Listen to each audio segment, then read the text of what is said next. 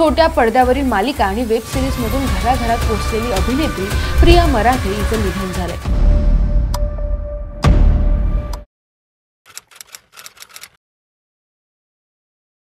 नमस्कार, मी रश्मी भांड, सायकोलॉजिस्ट आणि काउन्सिलर म्हणून सध्या नाशिकमध्ये कार्यरत आहे।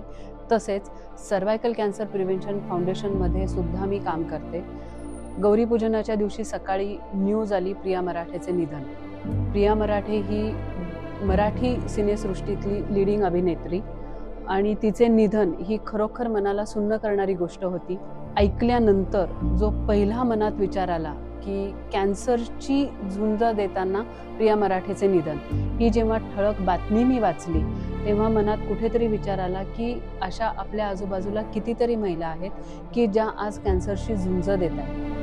आपल्या महाराष्ट्रामध्ये किंवा भारतामध्ये असे कैक प्रकारचे महिलांना होणारे कॅन्सर आहेत की ज्याच्यामध्ये आपण त्यांना वाचवू शकत नाही, पण त्याच्यात एक असा कॅन्सर आहे ज्याचं आपण प्रिव्हेंशन करू शकतो। तो कॅन्सर म्हणजे गर्भाशय मुखाचा कॅन्सर।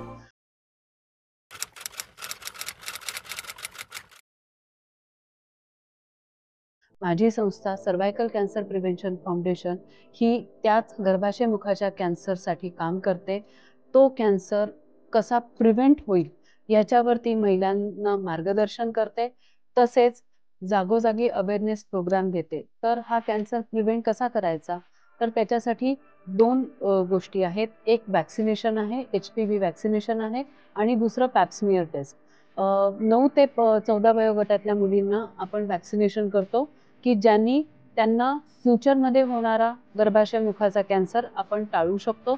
तसेच 30 ते 35 वयोगटातल्या महिलांनी रेग्युलर आपली पॅप्समियर टेस्ट करणं फार गरजेचं आहे। पॅप्समियर टेस्ट ही हार्डली 5 मिनिटाची असते, ज्याने काहीही दुखत नाही, काहीही त्रास होत नाही, पण ही टेस्ट केल्यानंतर आपण कॅन्सर होण्यापासून वाचवू शकतो।